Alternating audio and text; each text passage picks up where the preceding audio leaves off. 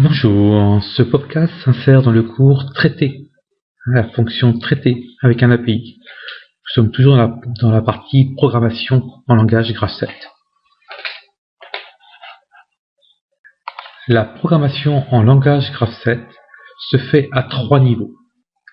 Ces niveaux s'appellent des points de vue. Il y aura le niveau point de vue système, le niveau point de vue partie opérative et le niveau point de vue partie commande. Essayons d'expliquer ceci sur un exemple. Nous allons reprendre le transfert de pièces. Le transfert de pièces a pour fonction de faire passer la pièce du tapis arrivée au tapis évacuation, ceci en lui faisant faire une rotation de 90 degrés. Vérifions. Je vais passer la souris sur la face avant de la pièce. La pièce arrive, ma souris est sur la face avant, et si on constate que sur le tapis d'évacuation, la face avant devient une face latérale. Donc, Graph7, point de vue système, on va essentiellement s'intéresser à la matière d'œuvre. Le système transfère la pièce et la fait tourner de 90 degrés, matière d'œuvre entrante, pièce sur le tapis arrivé, matière d'œuvre sortante, pièce sur le tapis évacué avec une rotation de 90 degrés.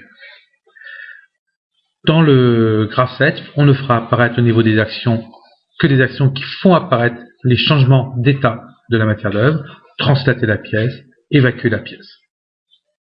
C'est un Graph7 compréhensible par tout le monde, même sans connaissance en automatisme, ça ne pose absolument aucun problème.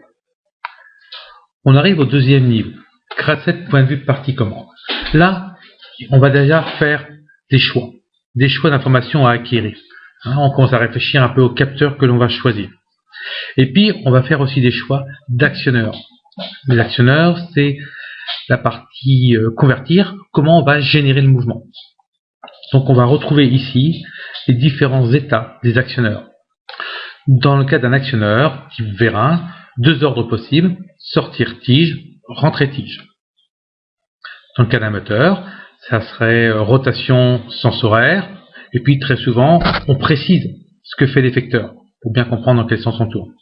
De même, rotation dans le sens trigonométrique, et pareil, on précisera ce qui se passe au niveau de l'effecteur pour bien expliquer dans quel sens on tourne. Et puis, il y a bien sûr la dernière position, arrêt. Dans un Graph7 point de vue PO, un moteur a 3 ordres possibles, arrêter, rotation sens horaire, rotation sens trigo.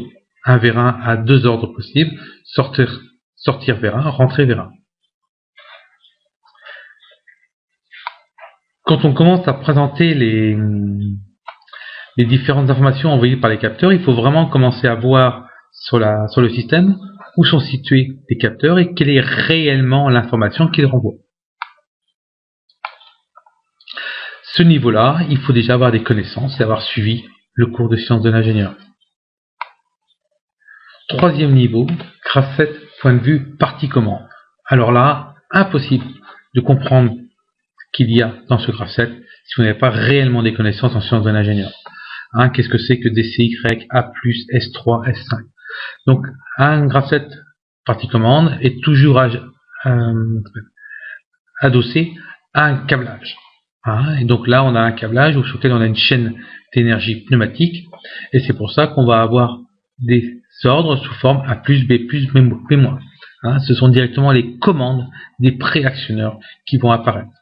Pareil, les capteurs vont apparaître plus sous le terme tige sortie, tige rentrée, mais directement sur leur désignation. Ici, S1, S2, S3. On fera apparaître à ce niveau-là sur quelles entrées et quelles sorties les différents éléments sont reliés. Pour ça que le schéma de câblage est vraiment indispensable. Pour faire un Graph7 de ce niveau-là, il faut des connaissances. Mais c'est bien ce Graph7-là que l'on va saisir sur l'ordinateur et qui va être après implanté dans l'automate. Je vous remercie.